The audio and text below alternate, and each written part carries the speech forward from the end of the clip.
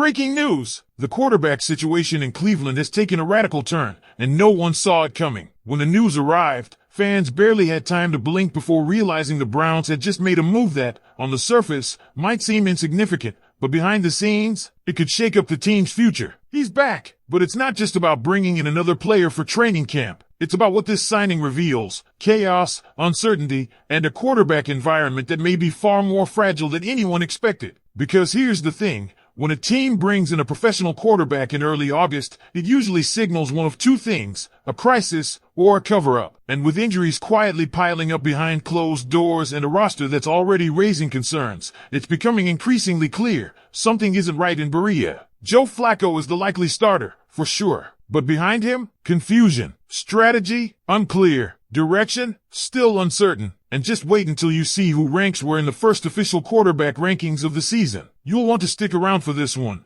because what's happening in the Browns quarterback room could be more than just a depth chart shuffle. It could be the start of a quarterback controversy that will redefine the 2025 season. I'll tell you all the details, but first, make sure to hit the like button if you've been a Browns fan for over 16 years. It's great to see fans of all ages. There are people here who have been bleeding brown and orange for over 30 years. The utmost respect. Now, I want to ask you something. On a scale of 0 to 10, how would you rate Kevin Stefanski as the Browns head coach? Comment below. Well, let's get to it. Tyler Huntley is back, but let's not sugarcoat it. Tyler Huntley isn't coming in to be a starter. He's not here to compete for a long-term position. He's here because the Browns need bodies. That's it, and that should ring alarm bells for fans hoping for a more structured, confident, and decisive quarterback plan for the 2025 season. The early depth chart tells the story. Joe Flacco sits at the top, no surprises there. Veteran, playoff-tested, familiar with Kevin Stefanski's system. But what's beneath Flacco on that list is where the real questions begin to form.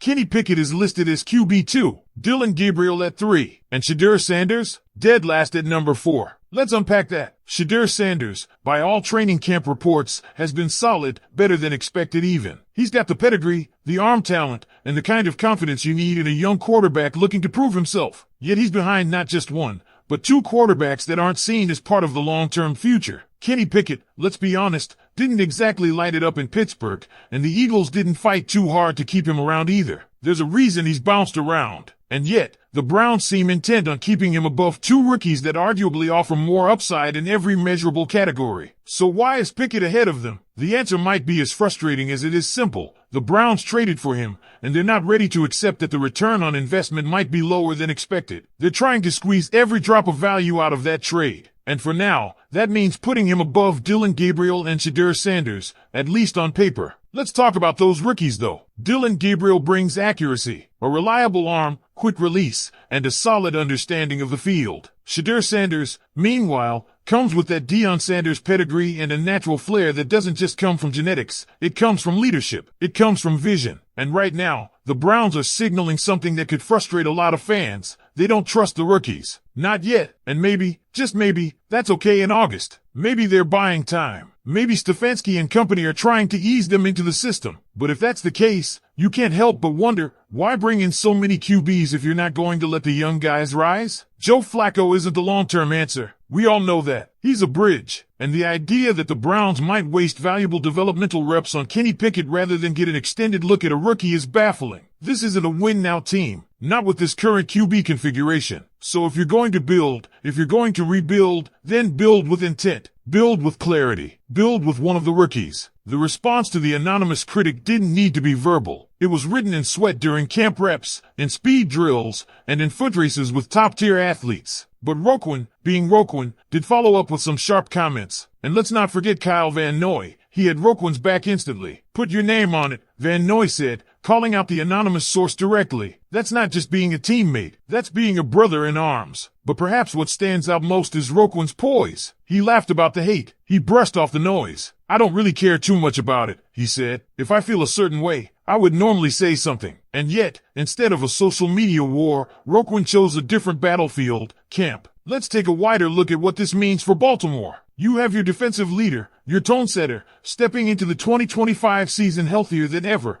more motivated than ever, and ready to remind the entire league that he's still at the peak of his powers. That's terrifying for opponents, and it's exactly what this Ravens defense needs. We're talking about a unit that's already stacked. But when your most vocal and visible player raises the bar, the rest of the defense doesn't have a choice. They follow. And it begs the question, if Roquan Smith looked out of shape last year and still made All-Pro, then what happens when he's in top-tier form? What does that version of Roquan Smith look like over 17 games? What does it mean for offenses trying to find soft spots across the middle? For running backs hoping to turn the corner? For quarterbacks trying to beat the blitz? Could we be looking at Defensive Player of the Year conversations by midseason? Or something even bigger? Because here's the thing, if Roquan Smith truly is in the best shape of his career, and by all visual and reported accounts, he absolutely is, then the ripple effect through this Ravens defense could be monumental. This isn't just about Roquan being a great player. It's about the psychological and strategic advantages that come with having your captain, your anchor,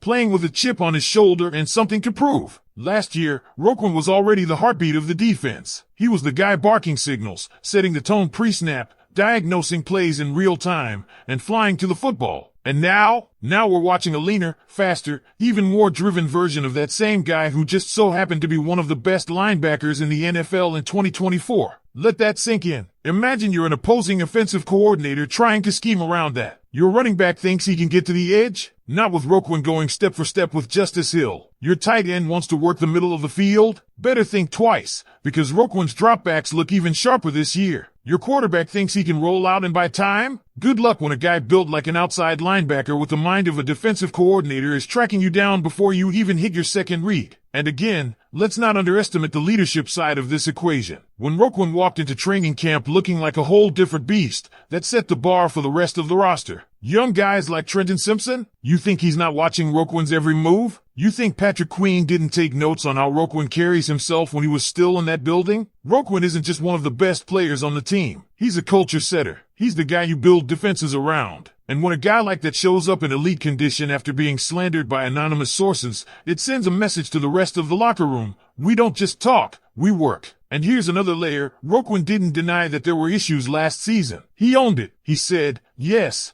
there were plays that didn't meet his standard. And he acknowledged that criticism, even if veiled in anonymity, wasn't entirely baseless. But instead of deflecting or defending, he shifted the conversation forward. Yesterday is the past, he said. Tune in this coming season. That's elite mindset. That's the mentality of someone who isn't content with just being great. That's a future Hall of Fame trajectory. Now let's zoom out even further. If Roquan is locked in like this, and everything from his words to his physical form to his camp performance says he is, what does that do to a Ravens defense that was already a top unit? You have one of the fastest linebackers in the game now looking like he could play safety with how agile and explosive he's moving. That gives Mike McDonald, or whoever's coordinating the defense in 2025, more flexibility than ever. Imagine the blitz packages. Imagine the coverage disguises. Imagine Roquan lurking in zone only to break on a slant like a cornerback, or shadowing a running back into the flat and turning what should have been a 5-yard gain into a 3-yard loss. This is what great defenses are made of, not just scheme, not just raw talent,